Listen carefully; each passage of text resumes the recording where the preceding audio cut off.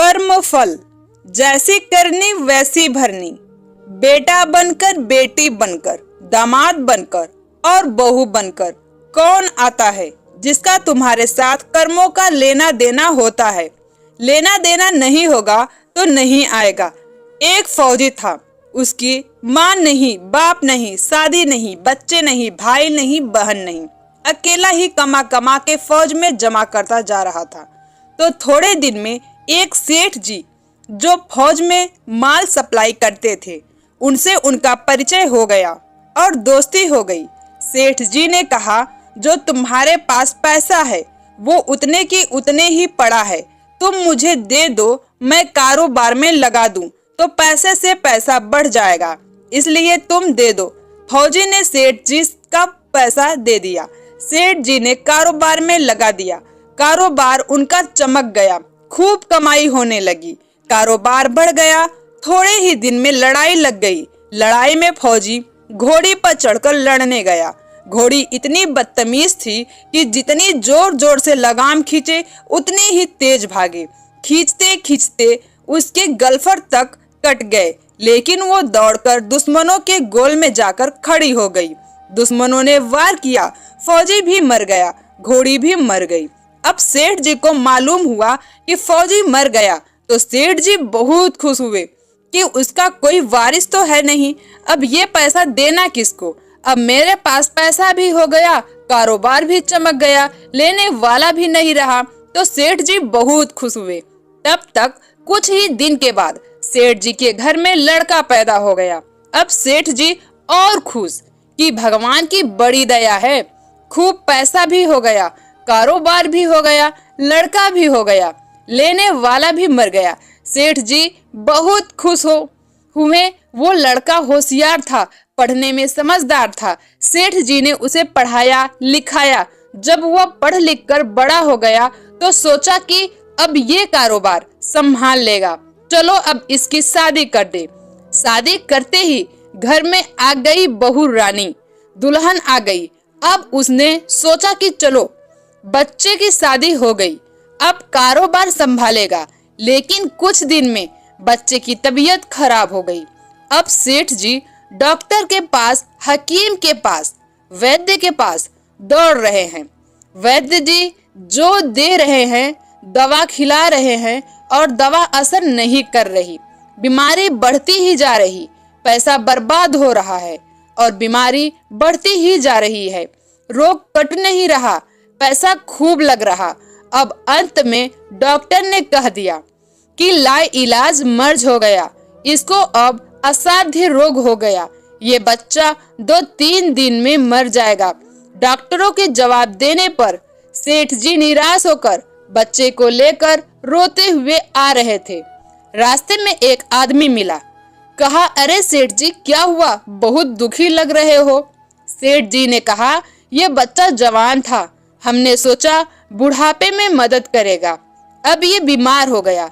शादी होते ही हमने इसके लिए खूब पैसा लगा दिया, जिसने जितना मांगा उतना दिया, लेकिन आज डॉक्टर ने जवाब दे दिया, अब ये बचेगा नहीं, असाध्य रोग हो गया, लाइलाज मर्ज है, अब ले जाओ, घर 2-3 में मर जाएगा। आदमी ने कहा, अरे सेठ जी तुम क्यों दिल छोटा कर रहे हो, मेरे पड़ोस में वैद्य जी दवा देते हैं, 2 आने की पुड़िया खाकर मुर्दा भी उठकर खड़ा हो जाता है, जल्दी से तुम वैद्य जी की दवा ले आओ। सेठ जी दौड़कर गए, 2 आने की पुड़िया ले आए और पैसा दे दिया। पुड़िया ले आए, बच्चे को खिलाई, बच्चा पुड़िया खाते ही मर गया। बच्चा मर गया। अब सेठ जी रो रहे हैं, सेठानी भी रो रही है और घर में बहुरानी और पूरा गांव भी रो रहा। गांव में शोर मच गया कि बहुरानी सेठ की कमर जवानी में टूट गई। सब लोग रो रहे हैं। तब तक एक महात्मा जी आ गए।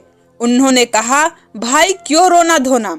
लोग बोले, इस सेठ का एक ही जवान लड़का था, वो भी मर गया, इसलिए सब लोग रो रहे हैं, सब दुखी हो रहे हैं। महात्मा बोले, सेठ जी रोना क्यों। सेठ महात्मा, जिसका जवान बेटा मर जाए वो रोएगा नहीं तो क्या करेगा। महात्मा, तो आपको क्यों रोना?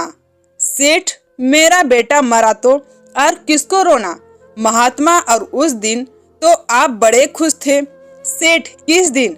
महात्मा, फौजी ने जिस दिन पैसा दिया था। सेठ, हाँ, कारोबार के लिए पैसा मिला था तो खुशी तो थी। महात्मा, और उस दिन तो आपकी खुशी का ठिकाना ही नहीं था। सेठ, किस दिन? महात्मा, अरे जिस दिन फौजी मर गया, सोचा कि अब तो पैसा भी नहीं देना पड़ेगा। माल बहुत हो गया, कारोबार खूब चमक गया, अब देना भी नहीं पड़ेगा। बहुत खुश थे। सेठ, हाँ महाराज, खुश तो था। महात्मा, और उस दिन तो आपकी खुशी का ठिकाना ही न था, पता नहीं कितनी मिठाइयाँ बट गई। सेठ, किस दिन? महात्मा, अरे जिस दिन लड़का पैदा हुआ था। सेठ, महाराज, लड़का पैदा होता है तो सब खुश होते हैं, मैं भी हो गया तो क्या बात। महात्मा, उस दिन तो खुशी से आपके पैर जमीन पर नहीं पड़ते थे। सेठ, किस दिन? महात्मा, अरे जिस दिन बेटा ब्याहने जा रहे थे।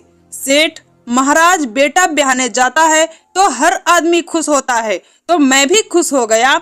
महात्मा, तो जब इतनी बार खुश हो गए तो जरा सी बात के लिए रो क्यों रहे हो? सेठ, महात्मा, ये जरा सी बात है, जवान बेटा मर गया, ये जरा सी बात है। महात्मा, अरे सेठ जी, वही फौजी पैसा लेने के लिए बेटा बनकर आ गया। पढ़ने में, लिखने में, खाने में, पहनने में और शौक में, श्रृंगार में जितना लगाना था लगाया। शादी ब्याह में सब लग गया और ब्याह दर ब्याज लगाकर डॉक्टरों को दिलवा दिया। अब जब 2 आने पैसे बच गए, वो भी वैद्य जी को दिलवा दिए और पुड़िया खाकर चल दिया। अब कर्मों का लेना देना पूरा हुआ। सेठ जी ने कहा, हमारे साथ तो कर्मों का लेन देन था, चलो हमारे साथ तो जो हुआ सो हुआ। लेकिन वो जवान बहू रानी घर में रो रही है, जवानी में उसको धोखा देकर विधवा बनाकर चल गया। उसका क्या जुर्म था कि उसके साथ ऐसा गुनाह किया? महात्मा बोले, यह वही घोड़ी है जिसने जवानी में उसको धोखा दिया, इसने भी जवानी में उसको दे दिया। वैद्य शास्त्र व पुराणों के साथ साथ सभी साधु संतों का कहना है कि यह संसार कर्मों का लेखा जोखा है। इसमें जो जीव चैतन्य है वह समझदारी से भव सागर पार हो जाएगा। तो दोस्तों, ऐसे ही कहानियां सुनने के लिए हमारे चैनल को जरूर सब्सक्राइब करें और बेल आइकन को प्रेस करें। धन्यवाद।